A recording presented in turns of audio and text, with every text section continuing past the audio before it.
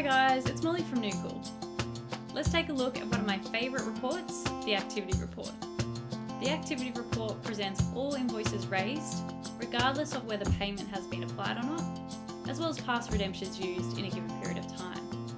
The activity report is great for calculating staff commissions, checking past redemptions, as well as staying on top of any daily invoicing. So let me show you how it works. The activity report is located under Reports, Management, Activity. And similar to many other reports, has a few primary parameters that can be set, including a date range, location, and staff.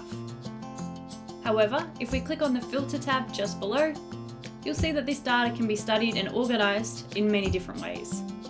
You can take a closer look at payer-specific invoices, track particular services, classes, inventory and passes. Once generated, you'll get a quick summary, as well as a provider breakdown with a list of all invoices for the date range.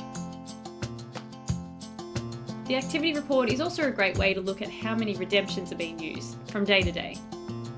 Look at any ad hoc invoices raised and track adjustments made to invoices. It's also a popular report to use for calculating staff commissions. Don't forget, as per all our reports, you'll have the opportunity to print or email a copy, as well as export into a CSV, so that you can conduct further analysis on the data. Staying on top of your invoicing history and other financial trends is made simple with our activity report. Thanks for watching. If you found this video helpful, make sure you press the like button. This helps us to know what topics you want to see more of.